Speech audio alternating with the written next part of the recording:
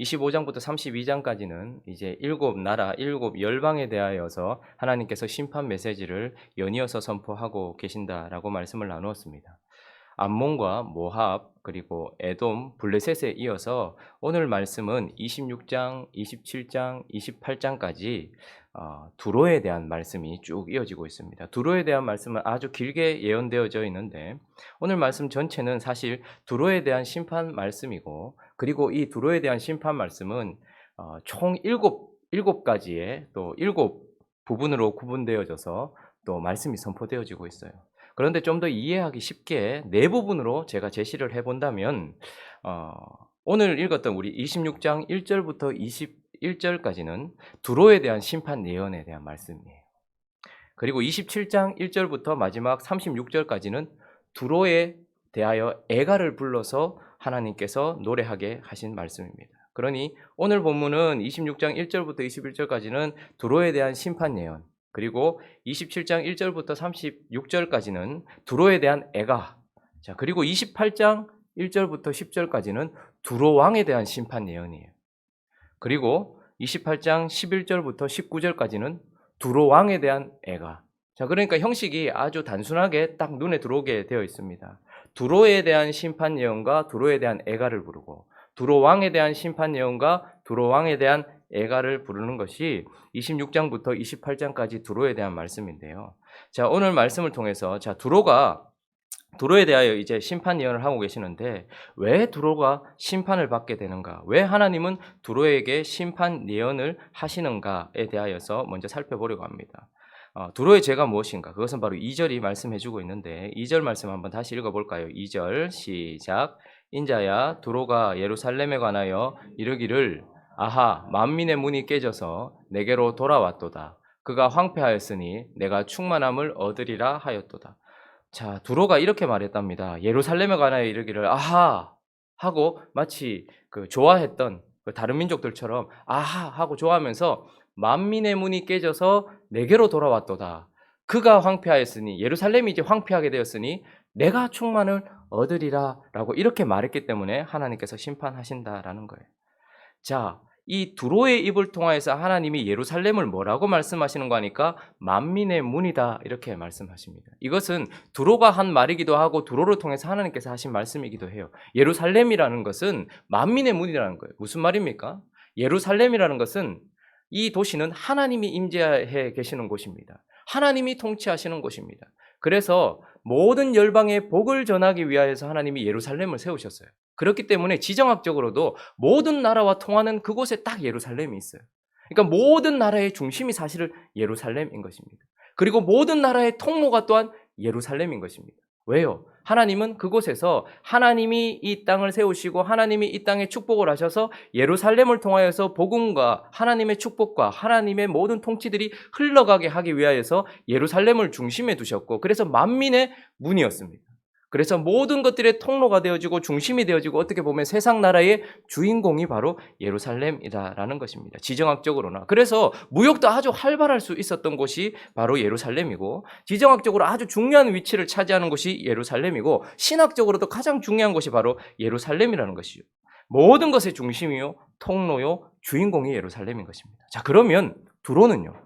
두로는 어떤 나라였습니까? 두로는 이런 예루살렘을 사실 돕는 나라였습니다. 예루살렘이 만민의 문이 되어서 하나님의 축복을 흘려보내고, 예루살렘이라는 나라가 공고하게 서고 예루살렘 안에 하나님의 임재가 공고하게 설 수 있도록 사실 도와주던 나라가 두로라는 나라입니다. 그래서 하나님은 사실 그들에게 두로를 예루살렘을 돕는 나라로 어쩌면 세우셨는지도 몰라요. 그래서 우리가 두로왕 하면 누가 생각나십니까? 예, 히람이라는 사람 아십니까? 참 희한하게 등장을 해요. 한번 찾아볼까요? 사무엘하 5장 한번 가보겠습니다. 사무엘하 5장 11절 한번 보죠.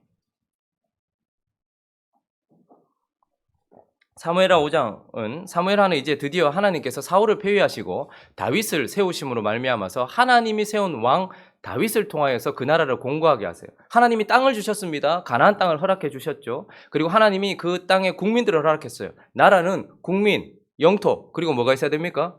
주권이 있어야 되는 거예요. 자, 그런데 하나님이 세우신 왕 다윗이 세워졌고 오늘 사무엘하 5장 11절 12절 한번 읽어볼까요? 시작.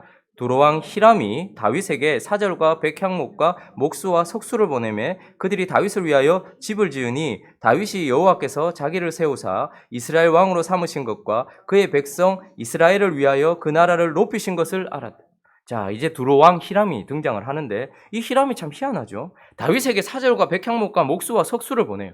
그래서 다윗을 위하여 집을 짓기 시작합니다. 자, 두로는 그러니까 두로와 두로의 왕은 드디어 하나님의 나라가 공고하게 서가고 하나님의 성이 세워지는 그곳에 자기가 있었던 모든 풍성함과 사실 두로는 아주 풍성한 나라였습니다. 아주 최고의 나라였어요. 아주 아름다운 나라였습니다. 그런데 그 모든 힘을 가지고서 하나님의 왕 다윗이 성을 건축하는데 자기의 모든 것들을 들여서 예루살렘이 바르게 서는 데에 쓰임받고 있다라는 것을 보게 됩니다. 그런데 그것뿐만 아니라 열왕기 상도 한번 가죠. 똑같이 5장 한번 가보겠습니다. 열왕기 상 5장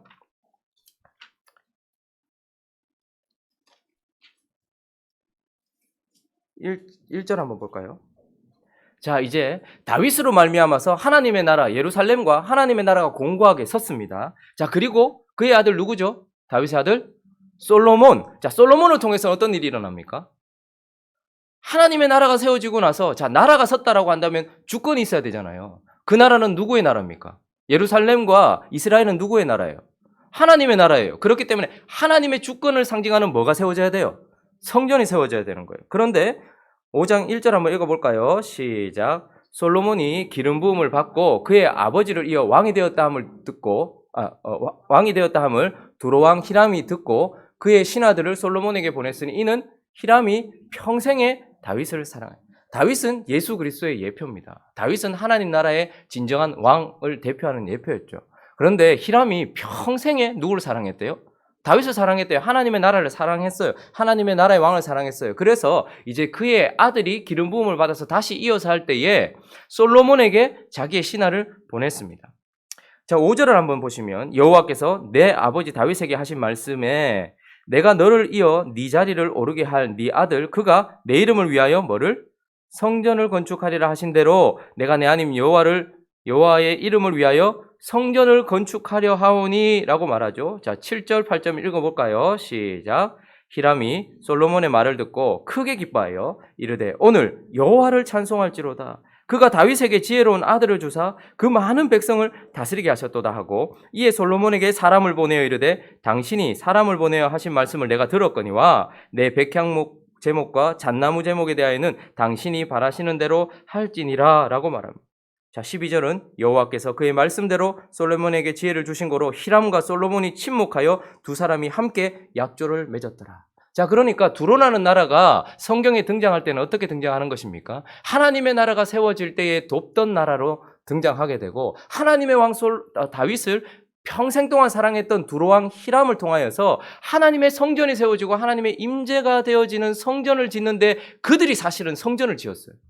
그리고 하나님을 찬양했던 나라였습니다. 그러니 무슨 말입니까? 만민의 문인 예루살렘이 세워지는 것을 돕는 나라요. 만민의 문이 되어져서 복음을 전파하기 위하여서 하나님의 임재가 있는 예루살렘의 성전을 만드는 데에 주도적인 역할을 했던 나라요. 하나님을 높여서 만민의 문이 된 예루살렘을 서포트하는 나라였다는 말이에요. 자, 그러니까 두로는 아주 아름다운 위치에 있었던 것입니다. 그런데 이제 이 두로가 어떻게 변화되는가 하면 예루살렘의 지위와 그 아름다움을 탐내기 시작했다라는 것을 보게 됩니다.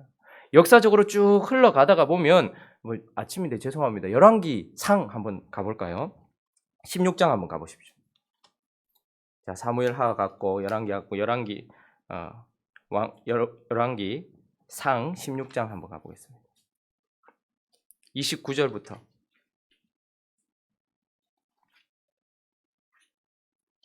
열왕기상 16장 29절부터 자, 29절부터 33절까지만 한번 읽어볼까요? 자, 읽습니다. 시작. 유다의 아사왕 제38년에 오므리의 아들 아합이 이스라엘의 왕이 되니라. 오므리의 아들 아합이 사마리아에서 22년 동안 이스라엘을 다스리니라. 오므리의 아들 아합이 그의 이전의 모든 사람보다 여호와 보시기에 악을 더욱 행하여 느밧의 아들 여로보암의 죄를 따라 행하는 것을 오히려 가볍게 여기며 시돈 사람의 왕 엣바알의 딸 이세벨을 아내로 삼고 가서 바알을 섬겨 예배. 자, 여기까지 읽겠습니다.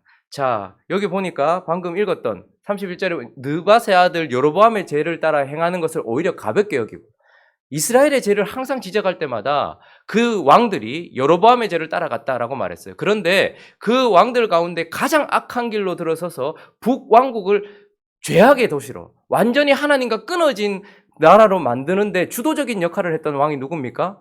아합이라는 왕입니다. 그런데 그 아합이 누구와 결혼을 하게 되는가 하면 시돈 사람이라고 되어 있지만 사실 원어적으로 보면 시돈 사람이기도 하고 두로 왕 엣바알의 딸 이세벨입니다. 그러니까 이세벨, 아합과 이세벨은 하나님과 북이스라엘이 완전히 결별하게 만들었던 주인공인데, 자, 그 사람이 누군가 하면 아합과 결혼한 이세벨 때문이고, 이세벨은 두로 왕의 딸이었다 이렇게 말합니다. 그런데 그를 표현하기를 엣바알, 바알의 선지자, 또 이렇게 뜻하는 거예요. 자, 그러니까 두로가 하나님의 나라를 공고하게 세우고 하나님의 성전을 지어서 하나님을 찬양했던, 만민의 문이 되는 예루살렘에서 하나님이 열방의 복을 전하는 데에 쓰임받는 그 두로의 자리였던 그 자리를 업신여기고 또한 낮게 여기고 오히려 만민의 문이 되고 싶은, 예루살렘처럼 되고 싶은 그러한 마음이 드러나서 이제 엣바알, 바알의 선지자의 딸이요 두로의 왕의 딸인 이세벨을 아합과 결혼시키로 말미암아서 북이스라엘이 완전히 죄악의 도시로 되어져 버렸다라는 거예요. 그러니까 두로가 뭘 차지하고 싶었던 거예요? 예루살렘 자리를 차지하고 싶었던 거예요. 그래서 예루살렘의 역할을 하지 못하도록 엣바알의 딸, 두로의 왕의 딸 이세벨을 보내서 완전히 그 도시를 죄악의 도시로 만들어버렸던 거예요. 자, 그런데 여기서 끝났습니까? 아합과 이세벨의 딸이 누굽니까? 아달랴라는 여자입니다. 자, 그런데 그 아달랴가 이제 어디로 가는 거 아니까?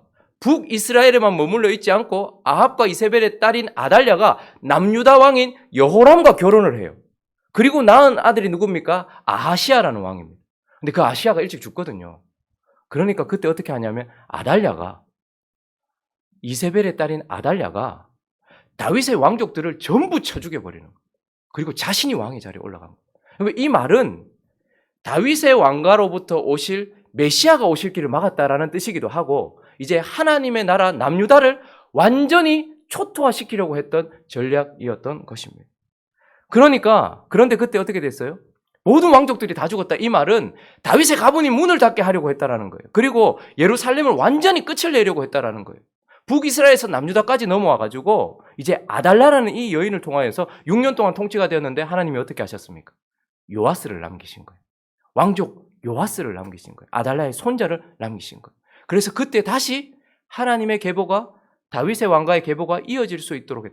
만약에 하나님께서 남기지 않으셨다면 어떻게 된 거예요?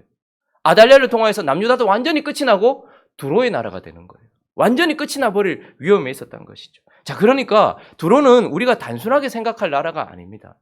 두로는 하나님의 나라가 세워지고 하나님의 성전이 세워져 만민의 문으로서의 역할을 감당한 예루살렘을 도와주고 만민의 문이 되어야 될 예루살렘을 서포트하던 나라였단 말입니다. 그런데 그가 이 영광스러운 자리에서 무엇을 탐내기 시작했는가 하니까 예루살렘의 자리를 탐내기 시작했고 예루살렘이 무너지기를 바라고 있었던 거예요.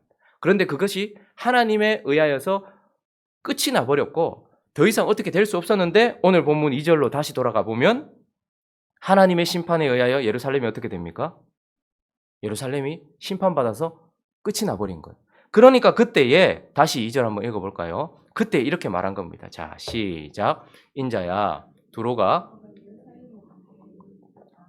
만민의 문이 깨어져서 내게로 돌아왔도다. 그가 황폐였으니 내가 충만함을 얻으리라.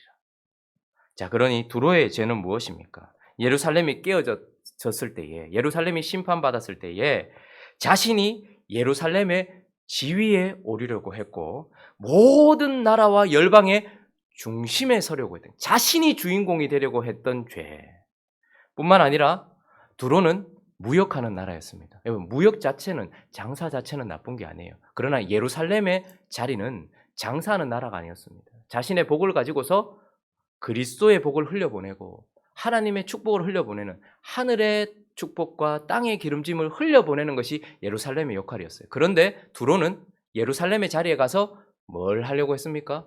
장사하려고 했다라는 거예요. 무역하려고 했다라는 거예요. 자기를 배부리려고 했다라는 거예요. 자기를 높이려고 했다는 거예요. 자기를 키우려고 했다라는 거예요. 장사는 나를 살리는 겁니다. 나눔은 남을 살리는 거예요. 하나님이 예루살렘을 만민의 문으로 세우신 이유는 열방을 살리기 위해서요. 복을 흘려보내기 위해서요.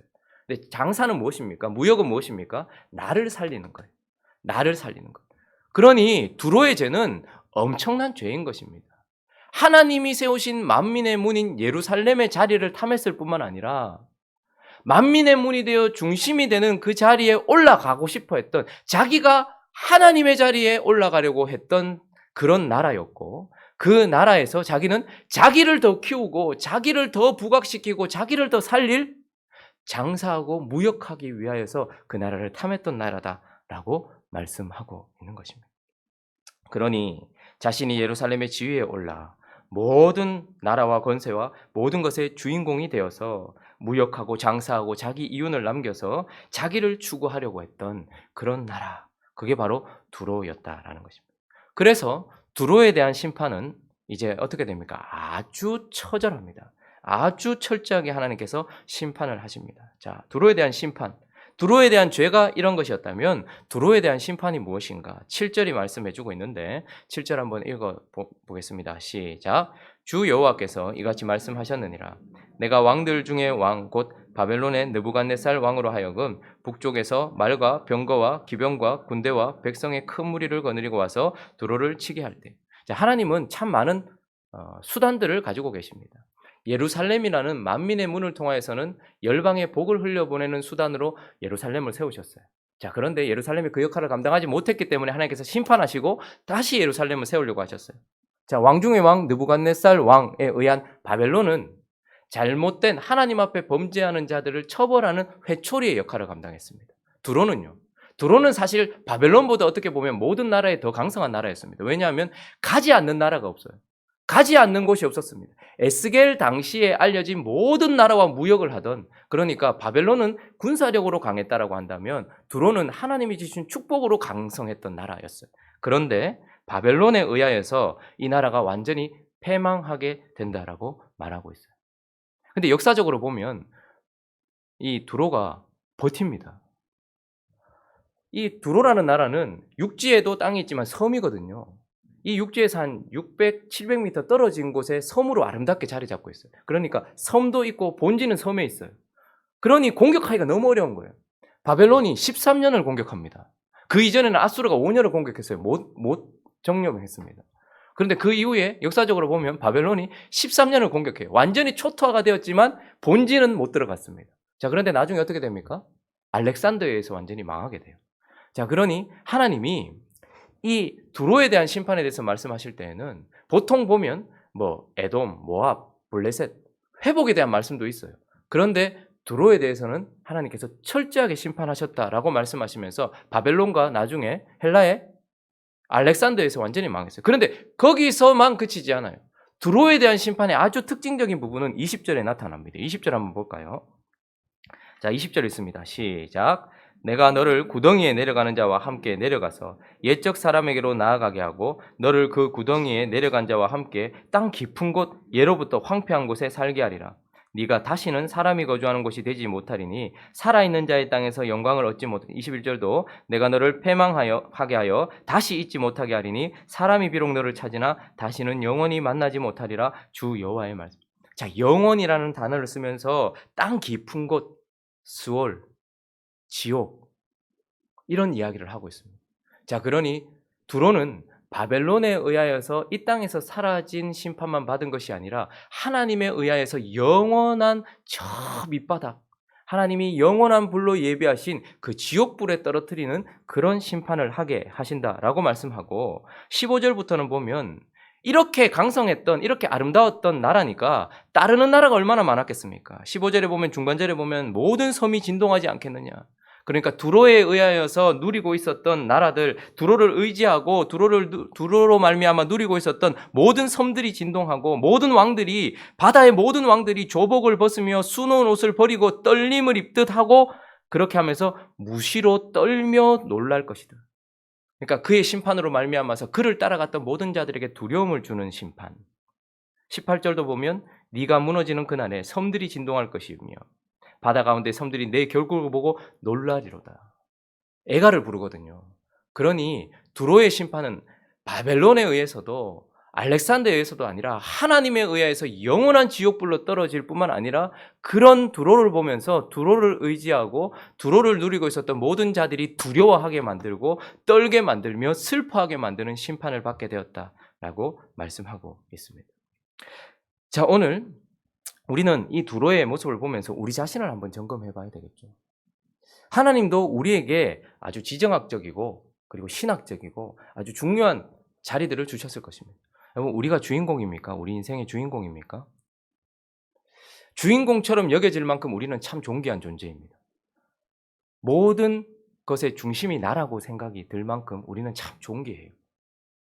두로는 어쩌면 그런 생각이 들었을 수 있을 것입니다. 예루살렘보다 내가 못한 것이 무엇이 있느냐? 두로의 왕은 예루살렘 왕보다 내가 못한 것이 뭐가 있느냐라고 생각했을지 몰라요. 그러나 두로에게는 하나님이 정해주신 자리가 있었습니다. 하나님의 왕 다윗을 섬기고 그리고 솔로몬을 위하여 성전을 건축하여 만민의 문이 될 예루살렘을 공고하게 하고 만민의 문이 되어 축복의 통로가 될 예루살렘에 하나님의 임재가 있도록 성전을 건축하게 하고 만민의 문이 될 이 통로를 통하여서 열방이 복을 받도록 하는 것의 가장 중심에 서 있는 조력자, 하나님은 아니지만 하나님의 왕은 아니지만 그 왕을 돕는 가장 아름다운 조력자로서의 위치. 사실 우리는 참 두로를 닮은 사람들입니다. 교회에서 목사도 집사도 권사도 장로도 그 누구도 주인이 아닙니다. 오직 교회의 머리는 예수 그리스도이십니다. 그런데 우리는 참 중추적인 역할을 감당하고 있어요. 목사는 그리스도의 말씀을 선포하고 있고 장로님들은 그리스도의 말씀대로 성도들을 목양하고 있고 권사님들은 그리스도의 말씀을 가지고서 기도하고 있고 집사님들은 그리스도의 말씀대로 살아가고 있어요. 얼마나 중요한 위치입니까? 그러나 어느 순간인가 이제 그 위치에서 벗어나서 머리가 되려고 하고 중심이 되려고 하는 것이죠. 아주 위험한 것이죠. 하나님은 철저하게 심판하신다라고 말씀합니다. 두로처럼 지위를 지키지 않고 내가 중심에 서고 주인공이 되고 싶고 교회를 내가 마음대로 좌지우지하고 싶고 교회의 사역을 내가 마음대로 좌지우지하고 싶고 앞으로의 모든 것들을 내가 마음대로 좌지우지하고 싶은 그런 주인공이 되고 싶은 마음이 우리에게도 있지 않았습니까? 오늘 이 아침에 내가 주인공이 아니다. 나는 만민의 문이 아니다. 나는 생수가 아니다. 나는 소금이고 생수를 찾게 해야 될 소금이지 나는 생수가 아니다. 나는 머리가 아니다. 그분의 몸이다.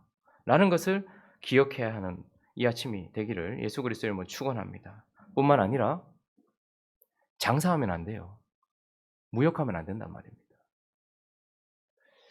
예루살렘이 잘못했던 것은 그 중요한 위치에서 자기 나라를 위해서 살았던 거예요. 자기를 위해서 살았던 거예요. 하나님의 축복을 흘려보내야 되는데 하나님의 축복을 흘려보내지도 못할 뿐만 아니라 하나님의 축복 자체도 아예 가지고 있지 않았던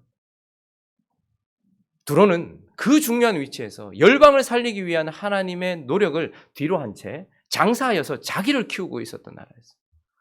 교회 안에서 그리고 우리의 삶 속에서 장사하면 안 됩니다. 무역하면 안 돼요.